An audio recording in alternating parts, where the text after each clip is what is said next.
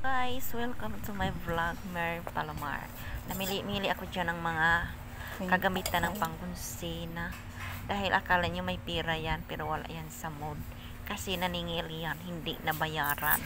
Kaya sabi ng aking mga sis-in-law, gala muna kami sa Goldingly. So gumala nga kami. Pero wala naman akong nabili, kundi lagayan lang ng suka.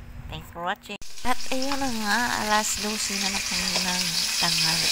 Tapos ganito po na isda, binigayan na isang na isda. Kasi nahiya sa sakin, wala siyang pambayan. Buti naman naisipan niya kung bigyan ng isda, guys. Kasi alam niya merong bad mood ang mudra. Nakaka-bad mood naman talaga maningil kasi no choice tayo. Guys, kumakain ako, guys. Alauna na po ng hapon. Iyan. Pritong isda ng aking ulam, guys. Gutom na gutom ang yung mudra sa gala, guys. Kumagala, pero may patutunguhan, may kailangan. Ayan, kumain ako mag-isa kasi kumain ng aking mga junakis.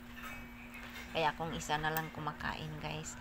Yan lamang po ang aking may share for today. Thank you for watching. Enjoy lang. Life is too short para anuhin natin ang ating sarili para sirain. Kaya enjoy lang natin vlog lang pag may time. Sa mga gustong mag-vlog din, vlog lang din kayo. Huwag niyo intindihin yung mga sasabihin ng ibang tao.